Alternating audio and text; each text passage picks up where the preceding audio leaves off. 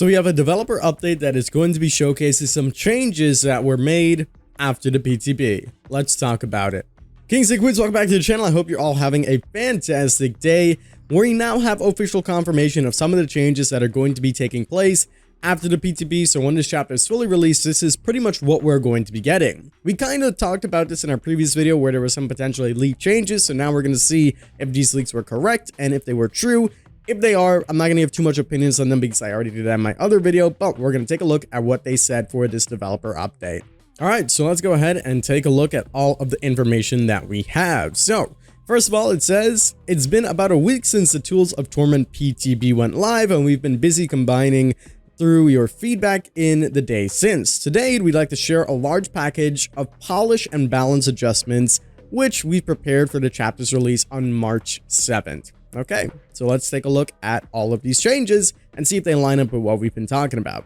First of all, they said that deploying a drone to begin with, in the PTB, releasing a drone would put a power on cooldown for 12.5 seconds. Again, I said that that shouldn't even be a thing. They said this could feel a little limiting considering drones already cannot be placed within a certain range of one another.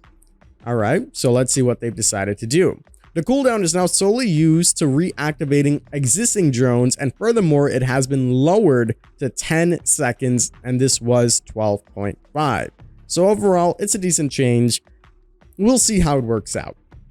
Next on the list, they said that once a drone is deployed, it would take about 4 seconds to become active. This lets survivors get a lot of time to react and move away before it began locking on. So they said for the release for newly placed drones, this is going to be lowered to 3 seconds. This is pretty good.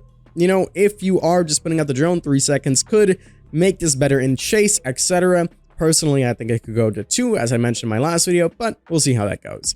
Next, they said, speaking on newly placed drones, survivors are previously capable of disabling a drone after only 5 seconds. This could allow bold and coordinated survivors to disable a drone before it could have any meaningful effect. For release, we're increasing the unhackable window to 10 seconds. Once the drone becomes hackable, it will remain active for additional 20 seconds. The killer can reactivate a drone at will using their scanner. This is a good one too. Gives survivors a lot less time to disable that drone. You have to wait, so potentially if you toss a drone out, survivors can't just run and disable it. It's not too bad. Next on the list, they said for survivors, spending too long in the active zone can be dangerous. Active drones will lock onto survivors in a radius, making them exposed. However, the short duration could make it difficult for the killer to react unless they were already chasing a survivor. We've made a few changes to the lock-on mechanic for the release. The lock-on duration has now been increased to 60 seconds. This was 30. An incomplete lockdown will start to decay after 10 seconds of existing, and this used to be 5.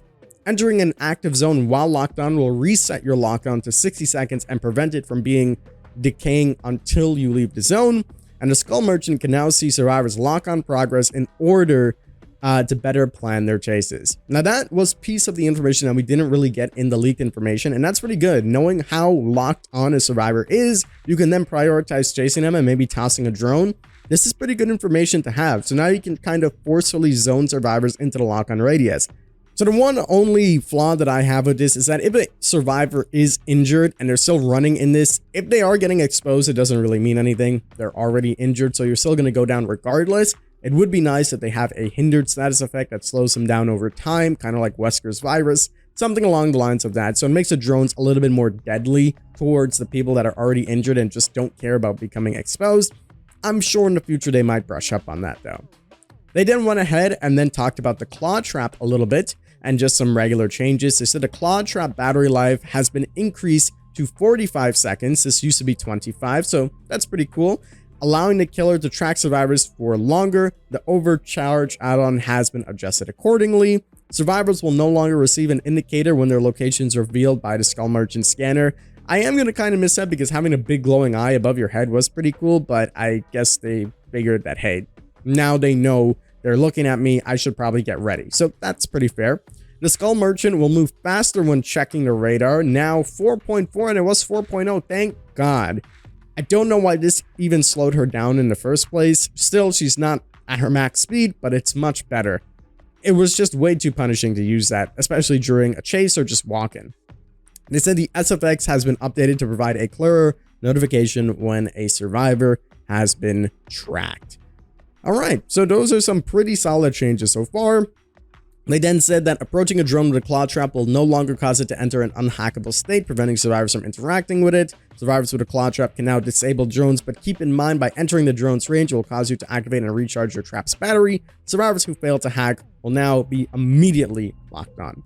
All in all, I think it's pretty alright changes. We have to see what it actually plays like and feels like. I don't know if this will be enough, but I'm optimistic and we'll see. They then went ahead and talked about some perks.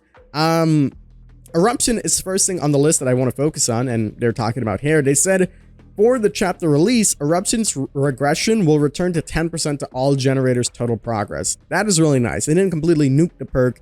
Before, it was 10% to overall progress, so anytime they do that, the perk is pretty much going to be GG's. It's not going to be good. 10% to the total progress. Happy about that. That's good.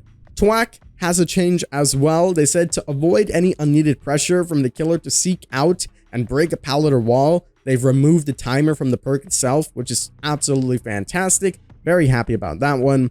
Background player. They said this perk now activates when the killer picks up another survivor, and the duration of its sprint has been reduced to 4 seconds, which is really good. It doesn't really encourage tunneling and for the person to go after the person that's on the hook.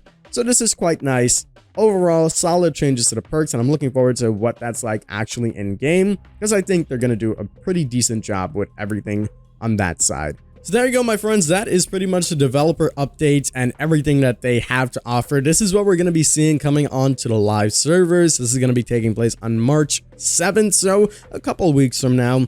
Let me know what you guys think about all these changes in the comments down below. I'm very curious. I've seen all of your feedback on our previous videos talking about, how this chapter wasn't necessarily the best. So I'd like to know what you guys think in the comments down below. Make sure you're leaving them down there. If you guys do enjoy, make sure you leave a like as always. It really does go a long way. And I just want to say thank you for all the support recently. Those videos that I've made necessarily haven't been the videos that I've always kind of made on the channel, but you guys really seem to enjoy them, and I'm very appreciative of that. We'll continue to make videos like that and much more. For those of you guys wondering where the Fog Whisperer video is, it's coming. I got to work on it still. So when that is ready to go, I'll let you guys know. But that's pretty much going to do it for me. I hope you guys did enjoy.